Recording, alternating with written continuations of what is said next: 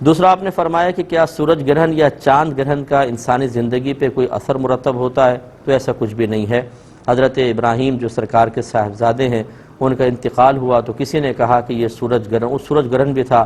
تو ہوا، تو کہا کہ یہ ان کی موت کی وجہ سے سورج گرہن ہوا ہے۔ تو یہ گویا کہ انہوں نے کنیکشن ملانے کی کوشش کی۔ نبی کریم صلی اللہ علیہ وسلم نے خطبہ دیا اور فرمایا کہ یہ کسی کی موت یا زندگی کی بنا پر ایسا نہیں ہوتا، بلکہ یہ تو اللہ تعالیٰ کی قدرت کی عظیم نشانی ہے۔ تو بس ایک نشانی کے طور پہ دیکھیں، اس کے ہماری زندگیوں پر کوئی اثرات اچھے برے مرتب نہیں ہوتے ہیں۔ یہ کہتی ہیں کہ کسی نے عمرہ کیا، اب ہوتا یہ ہے کہ صفا سے چلتے ہیں، گرین لائٹ تک پہنچتے ہیں، پھر دوڑتے ہیں، وہ مسعی دوڑنے کی جگہ ہے۔ اس کے بعد پھر بقیہ جو مسعی ہے، سعی کی جگہ، اس پہ پیدل چلتے ہوئے، یعنی نارمل حالت میں چلتے ہوئے پھر مروہ تک پہنچتے ہیں۔ یہ کہتی ہیں کہ باقی جو شروع کا تھا اور آگے کا تھا وہ چھوڑ دیا، صرف گرین اس میں دوڑ کے اس نے سعی کو مکمل کر لیا، تو کیا حکم شرع ہوگا؟ دیکھیں، یہ چکر مکمل ہی اس وقت ہوتا ہے کہ جب آپ صفا سے مروہ تک پہنچیں گے۔ یہ نہ سمجھیں کہ گرین لائنوں کے درمیان یہ ہے اصل میں مسعی یہ نہیں ہے۔ مسعی تو صفا سے لے کر اور مروہ تک ہے، اور یہ پورا جب ایک چکر لگاتے ہیں تو سمجھ لیں ایک چکر کا واجب ادا ہوتا ہے۔ اب اگر کسی نے اس طرح ادھورا لگایا تو اس نے واجب نامکمل کیا اور اس نے پوری سعی نہ کر سکا تو اس پر دم لازم ہوگا، اس لیے پورا ہی دوڑنا ہوگا۔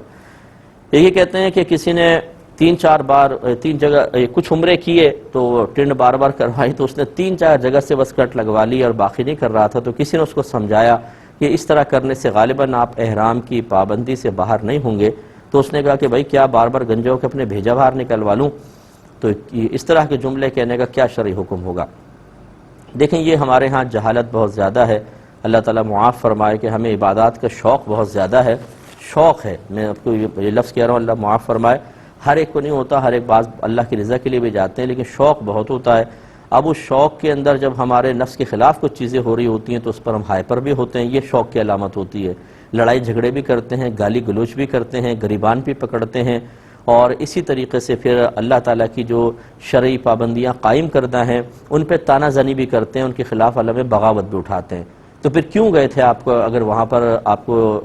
پابندیاں ہی قبول نہیں کرنی تھی تو جانے کا فائدہ کیا ہے؟ پھر وہاں پر کیوں گئے تھے؟ خالی دیکھنے کے لیے تاکہ نفس کو خوشی حاصل ہو، بس حفظ نفس کے لیے؟ اگر واقعی اللہ کے لیے رضا کے لیے گئے تھے تو مکمل طور پہ قانون کو فالو کرنا ہی ہوگا، یہی ذہن بنا کر جانا چاہیے۔ اب وہاں لوگ چلے جاتے ہیں اور یہ جو میں نے ایک منظر کشی کی ہے بھیانک قسم کی، تمام چیزیں وہاں پر ہو رہی ہوتی ہیں، تو بہرحال ایسا شخص گناہگار ہے کہ اس نے ایک شرعی پابندی کی نشاندہی کرنے والے کے متعلق یعنی اس کے جواب میں اس قسم کی بات کہی۔ بالکل آپ کو اپنے ٹنڈ کے اوپر اس طرح پورا پھروانا پڑے گا، تبھی آپ احرام کی پابندی سے، یا کم از کم 1/4 سر کے اوپر اس طرح پھروانا پڑے گا تو آپ احرام کی پابندی سے باہر نکلیں گے۔ ایسے بھائی کو چاہیے کہ اللہ کی بارگاہ میں توبہ کرے، لیکن کفر وغیرہ کا حکم کوئی نہیں ہوگا۔ یہ کہتی ہیں کہ ایک شخص ہے، وہ دوسرے کے پاس پہنچا، وہ قسطوں کا کاروبار کرتا تھا، اس سے ایک چیز مانگی، اس نے کہا میرے پاس نہیں ہے، دوسری دکان سے نقد مل جائے گی۔ اب یہ خریدار اس کو آفر کرتا ہے کہ یار آپ اس سے خرید لو اور مجھے قسطوں میں دے دو، تو کیا یہ صحیح ہے؟ اس طرح کر لے اگر تو، اور وہ جو آپ پروفٹ لیتے ہیں وہ میں آپ کو دے دوں گا، اس میں کوئی حرج نہیں ہے، صحیح ہے۔ اس نے تو کہا ہے کہ بھئی آپ اس کو خرید لیں، جتنے بھی خریدیں گے وہ آپ نے چونکہ نقد لیا، آپ کو ہو سکتا ہے تھوڑا سا کوئی ابھی مہنگی پڑے اور مطلب اس کے ریٹ میں فرق آئے، لیکن میں تو آپ سے قسطوں میں ہی لے لوں گا، کوئی مسئلہ نہیں ہے۔ تو اگر وہ ایسا کرتا ہے کہ وہ خرید لیتا ہے تو اس کو وہ مالک ہو گیا۔ اب آگے اگر وہ قسطوں میں بیچنا چاہتا ہے تو کوئی حرج نہیں ہے، اب وہ کم میں بیچے، زیادہ میں بیچے، قسطیں زیادہ بنا دے، یہ اس کی مرضی ہوگی، تو اس طرح کرنے میں شرعاً کوئی حرج نہیں ہے۔ یہ انڈیا سے ایک بہن نے بڑا بھولا پالا سے کویسچن کیا، یہ کہتی ہیں کہ جب نکاح ہو رہا تھا مجھے تو کچھ پتہ نہیں تھا کیسے نکاح ہوتا ہے، ایک وکیل آیا اور اس نے مجھ سے کچھ اجازت مانگی، سائن کروایا اور چلا گیا، میں تو انتظار کرتی رہ گئی کہ شاید 3 دفعہ بلوائے گا۔ تو مسئلہ یہ ہے کہ دیکھیں بہن، آپ کا نکاح بالکل درست رہا، ہوتا یہ ہے کہ لڑکی سے اجازت حاصل کی جاتی ہے کہ آپ اجازت دیتی ہیں کہ آپ کا نکاح فلاں بن فلاں سے اتنے حق مہر کے عوض میں کر دیا جائے، تو یہ وکیل آتا ہے آپ کے پاس، وہ اجازت طلب کرتا ہے، آپ نے کہا میں نے اجازت دی، بہتر ہے کہ 3 دفعہ لے لے، ورنہ 1 دفعہ بھی کافی ہے، اور 2 گواہ اس کے ساتھ ہوتے ہیں، پھر وہ آپ سے سائن کروا کے چلے گئے ہوں گے۔ ابھی جو 3 دفعہ جو آپ کہہ رہی ہیں نا جملہ کہلوانا، یہ لڑکے سے کہلوایا جاتا ہے، قبول اس سے کروایا جاتا ہے، تو وکیل نے جا کر وہاں پر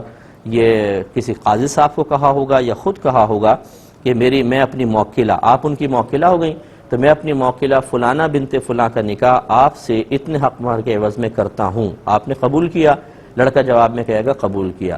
اس طرح 3 دفعہ یہ جملہ بولیں گے، 3 دفعہ لڑکا قبول کرے گا، 1 دفعہ سے نکاح ہو جاتا ہے لیکن 3 دفعہ اچھا ہے کہہ لینا چاہیے، تو یہ پھر آپ کا نکاح کمپلیٹ۔ تو یہ آپ سے جو انہوں نے وکیل نے اجازت لی ہے وہ بالکل صحیح لی ہے، وہ ایسا نہیں ہے آپ لڑکے کا قائم مقام نہیں تھی، کیونکہ یہ ہمارے اکثر رسم ہے، ورنہ یہ بھی ہو سکتا ہے پہلے لڑکے سے اجازت لے لیں اور لڑکی سے قبول کروائیں۔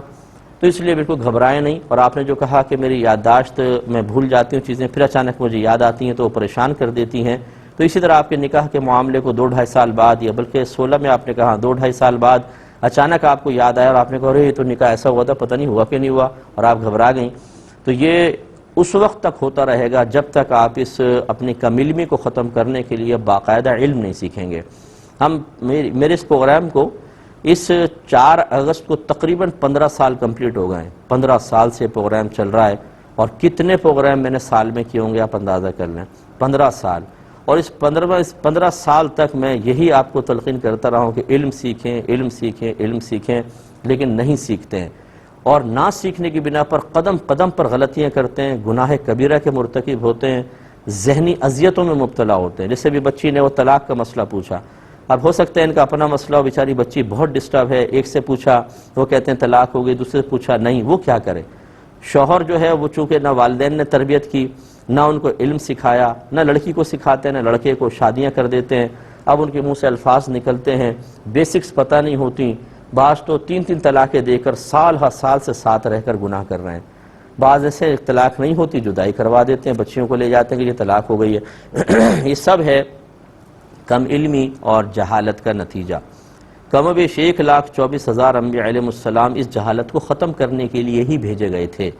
ہم لوگوں نے اپنی ہر چیز کے لیے ایک ٹائم نکالا ہوا ہے اور مصروفیت بنائی ہوئی ہے، کھانے کے لیے، پینا، سونا، جاگنا، رشتہ دار، جاب، کاروبار، حتیٰ کہ واش روم تک کے لیے ٹائم ہے، لیکن دین سیکھنے کے لیے باقاعدہ ہم وقت نہیں نکالتے، بوجھ محسوس ہوتا ہے، کون ٹائم نکالے، کون یاد کرے، کون سمجھے چیز کو، مصیبت آئے گی تو دیکھی جائے گی۔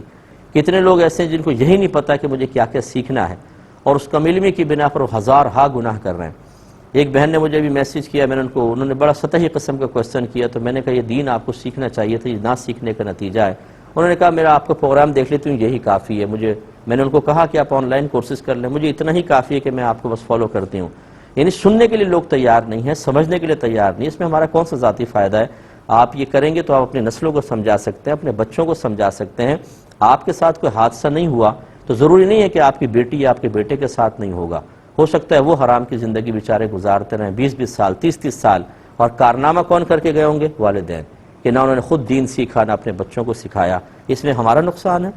نقصان آپ کا ہے، تو سمجھانا ہمارا منصب ہے، باقی آپ کی مرضی ہے۔